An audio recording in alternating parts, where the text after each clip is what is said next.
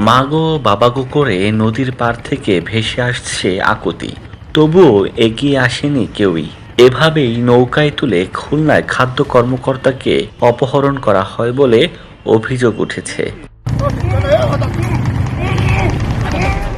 জেলার খাদ্য বিভাগে কর্মরত ৪ নম্বর ঘাট ইনচার্জ খাদ্য পরিদর্শক সুশান্ত কুমারকে ভৈরব নদীতে ট্রলারে তুলে অপহরণের ঘটনায় সদর থানায় লিখিত অভিযোগ করেছেন স্বজনরা।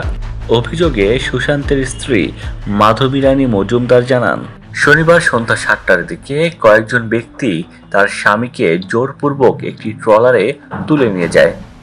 অভিযোগে আরও বলা হয়, মোহাম্মদ রেজা ও বাবু মণ্ডল নামের ২ ব্যক্তি এবং আরও ৩ জন অজ্ঞাত ব্যক্তি নিজেদের পুলিশ পরিচয়ে সুশান্ত কুমার মজুমদারকে থানায় নিয়ে যাওয়ার কথা বলে।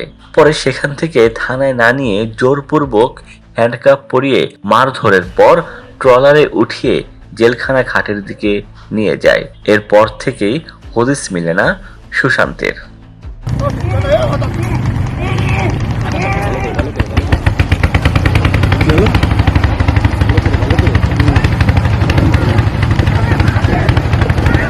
ডেস্ক রিপোর্ট, দৈনিক ডেস্টিনি।